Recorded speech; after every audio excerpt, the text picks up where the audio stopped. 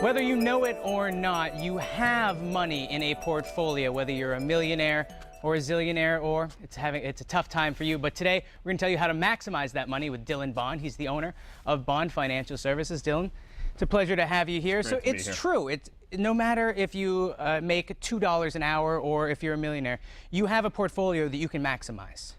Yeah, I mean, I would say if you have money invested over the long run, the closer you get to retirement, hopefully you're going to have a pretty good sized portfolio that you need to start thinking about maximizing by making good decisions with it. Now, there's a new school of thought. It kind of developed around the 80s, and it was modeled off an endowment strategy of colleges and universities. Yeah, you know, I work predominantly with people that are at or near retirement. They're usually coming to me around 50 years old and starting to think about retirement, and they want to minimize volatility and still keep the potential for a reasonable rate of return. And over time, what we've come up with is something called the modified endowment strategy, which really just looks at some of the things that some of the larger endowment money managers have done to minimize volatility and maximize, or not maximize, but maintain the potential for a reasonable rate of return. And ultimately what it boils down to, Seth, is that the old modern portfolio theory, the put half your money in the bond market, half your money in the stock market, and that should minimize volatility and still maintain reasonable rate of return. It doesn't really work like it used to. There's so many different things going on out there. Technology, global markets have really created a much more volatile environment for both the stock and bond market. Well, it seems like there's both more choices that you can have, but it almost creates more volatility. Yeah, there's a lot more choices out there. And the other thing you got to remember is that the bond market has been on a 30-plus year bull market. So it's at a point in time where it's reached quite a high level, to a point where a lot of the big bond managers out there have warned that people need to start to consider the fact that it could go backwards on us. And bond prices are inversely related to interest rates. So if rates start to move up, bond prices could go down. And there's a general rule of thumb out there that if the average duration in your bond portfolio is 10 years and rates move up by 1%, then you could potentially see a 10% drop in your bond portfolio. And so many people out there think bonds are safe and that there are no risk with bonds, that they could be setting themselves up for some potential downfalls in their portfolio. Well, you're right. It's that new strategy. It's all about having those different pockets of money so that if something goes bad, if the bond market goes down, if your 401k goes away, you can still be set up. People can't just rely on that one source of retirement Well, income. what I think the endowment model or the modified endowment model or has realized is that you're not going to need all of your money in any one given year.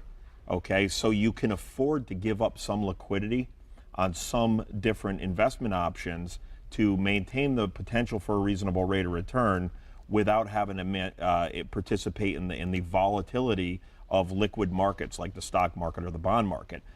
Some of the key additions to this strategy would be commercial real estate. Real estate prices in 2008 came down quite a bit, just like the stock market did, which I think has created a lot of opportunity. They also pay good dividends or distributions, depending on the type of vehicles that you choose. There's many different types out there. Private debt with private American companies out there also show some good opportunities out there. With what happened in the banking industry in 2008, there's a lot of companies out there that need capital and can't get it from banks.